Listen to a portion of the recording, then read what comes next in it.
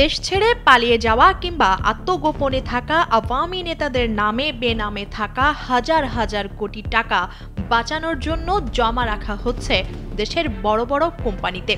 আর অপ্রত্যাশিত এই বড় অঙ্কের বিনিয়োগ পেয়ে এখন সেই সব কোম্পানিগুলোর পোয়াবারো অবস্থা।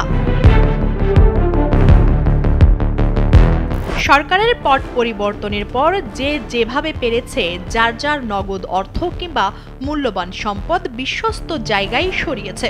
তবে বিগ অ্যামাউন্টের টাকার মালিক যারা ছিলেন তারা এই অল্প সময়ে টাকা সরাতে পারেননি। মূলত নিজে এবং পরিবারকে নিরাপদে সরিয়ে নেয়ার ব্যস্ততায় কারি কারি টাকার বিষয়ে নজর দিতে পারেননি অনেকেই। এবার সেই সব টাকাওয়ালা আওয়ামী নেতাদের পাশে দাঁড়িয়েছেন দেশসেরা বড় বড় অনেক কোম্পানি।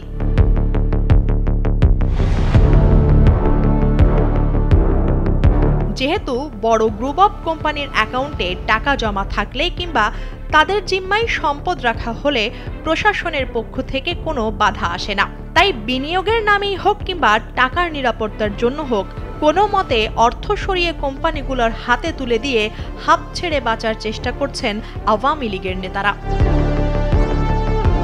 গেল 15 বছরে আওয়ামী সরকারের অধীনে যে সকল বড় বড় কোম্পানি সবচেয়ে বেশি সুবিধা নিয়ে ব্যবসা করেছেন, সম্পদের পাহাড় বানিয়েছেন, তারাই এখন সাবেক মন্ত্রী প্রতিমন্ত্রী সংসদ সদস্যদের টাকাকে নিরাপদ রাখতে সহযোগিতার হাত বাড়িয়ে দিয়েছেন। বিদেশে পলাতক নেতাদের দেশে গচ্ছিত টাকা নানা উপায়ে কোম্পানিগুলোর অ্যাকাউন্টে সরানো হচ্ছে। এসব নেতারা যদি আর কখনো দেশে ফিরতে না পারেন কিংবা বড় ধরনের সাজার আওতায় চলে আসেন, তাহলে কোম্পানিগুলোরই লাভ। এই বিপুল অর্থের দাবিদার পাওয়া মুশকিল হবে ভেবে কোম্পানিগুলো দেদারসে টাকা হাতিয়ে নিচ্ছে।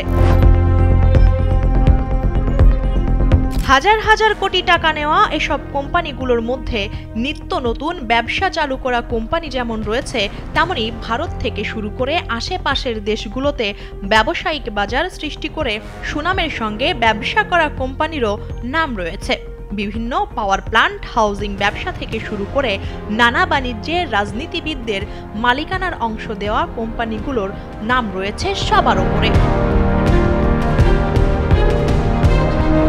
যেসব কোম্পানি হিসেবের নানা মার প্যাচে রাজনীতিবিদদের কালো টাকাগুলোর বিনিয়োগের ব্যবস্থা করে যাচ্ছে, তাদের একটি তালিকা এরই মাঝে প্রস্তুত হয়েছে।